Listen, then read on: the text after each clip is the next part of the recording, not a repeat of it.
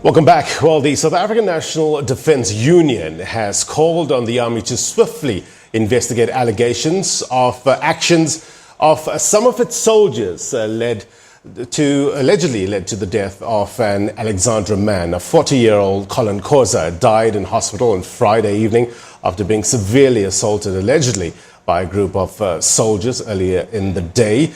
A few members of Khoza's family were also assaulted, allegedly, by the same soldiers. They say they were sitting in their yard when the soldiers confronted them and accused them of violating lockdown regulations. Now, the incident follows several reports of human rights abuses by security forces against people. So, just how do we balance enforcing lockdown regulations with human rights abuses, alleged human rights abuses in this regard? Well, let's bring in Dr. Andrew Faull, a senior researcher in the Justice and Prevention Program at the Institute for Security Studies. Doctor, always a pleasure having you on the program. Thanks. Good morning. What do you make of this latest incident? And I guess the pertinent question is, as I read in the intro, how you balance enforcing lockdown regulations with regards to human rights as well.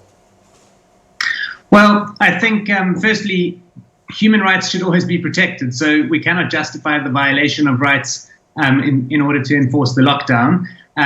Soldiers in this instance are acting as law enforcers, and law enforcers have the right, they have the unique right in the context of a democratic state to withhold or oppress particular rights in order to uphold others. However, there is almost no justification for the kind of abuse of force that we've seen in some instances from soldiers and police. So I can't think of any circumstance where the violent assault of an individual would be justified in terms of the enforcement of the regulations. Yeah. Soldiers and law enforcers are not mandated to punish individuals, and assault is clearly a punitive measure. Because when you get into a state of disaster, which we're in currently, the assumption is, or the understanding rather, is that certain rights will be limited, but you can't go to the extreme, for instance.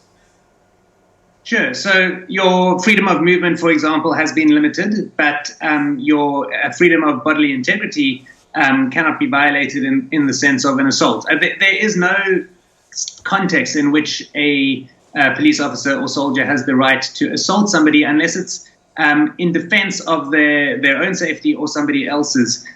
Police and soldiers have to use minimal and proportionate force in order to bring somebody before court. And there is what we've seen with these examples of sjambokking and assaulting and whipping and rolling in puddles. None of this is within the ambit of regular policing or even lockdown policing. Right. Nothing can justify it. So a soldier would need to be able to make a case for, I needed to assault this individual in order to have them comply with the law and the regulations as spelled out in this document, and I don't think any soldier would be able to do that. So enforcement absolutely has to happen, but that doesn't allow assault. If you want to punish somebody, you need to take them into custody, issue them with a fine, put them in a isolation unit, or put them in a cell. Of course, there aren't any simple solutions because taking people into custody puts them at additional risk of infection in a holding cell, in a police van. It puts enforcers at risk.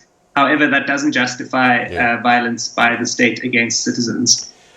Under this state of disaster, the police are in charge of policing, so to speak. The army, the South African National Defence Force, the military personnel are there to support them. Talk to us about your understanding with regards to the training that soldiers get in terms of crowd control, how to handle people, basically. I am not well-versed in military matters, so I wouldn't want to speak to that point in particular, but I think the general point that commentators would generally make is that we don't usually want to deploy soldiers in domestic settings anywhere in the world because soldiers are trained in the use of maximum force, whereas police are trained in the use of minimum force. That said, one can make the case for the hearts and mind training of soldiers around the world. So going into places and doing humanitarian work to communicate soft power, win people over, win their hearts and minds. And in that sense, our soldiers could or should have been trained in how to win over communities and get them to abide by a new order of a new way of being. But we're not seeing that in the current lockdown context. So police and soldiers should realize that they are the face of the state on the street, and every stop and search, every word uttered, every fine issued is the state saying what is and isn't allowed and signaling to people what they should expect. And the violence that we have seen is not what we want the state to be signaling. It risks delegitimizing the rest of the lockdown. And it really hurts the image of our South African National Defence Force soldiers, personnel, when you have videos going around alleging, in terms of making people do sit-ups and all sorts of exercises, pretty much demeaning somebody. We are meant to respect our men and women who serve this country. They are there to protect the territorial integrity of this republic. They play such an important role. The president comes out and says, a few weeks back when he first announced the first initial lockdown, he says that, the police and the army, they need to serve with dignity and integrity.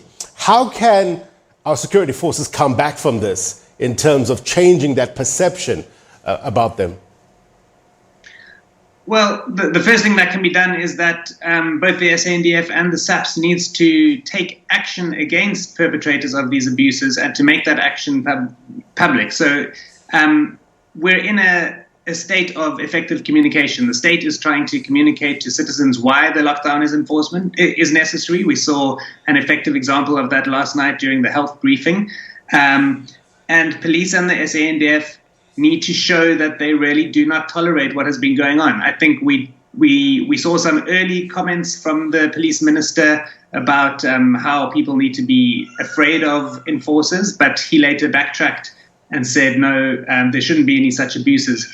But we need to move beyond that, and we need to see action taken against people who have abused, so that we can regain the trust. We should, of course, also realize that there is lots of presumably good, peaceful, professional policing and enforcement taking place. We saw over the weekend soldiers arresting members of the South African Police Service who were illegally escorting the alcohol, which was going to be illegally sold. So there we have an example of the SANDF standing up to the police.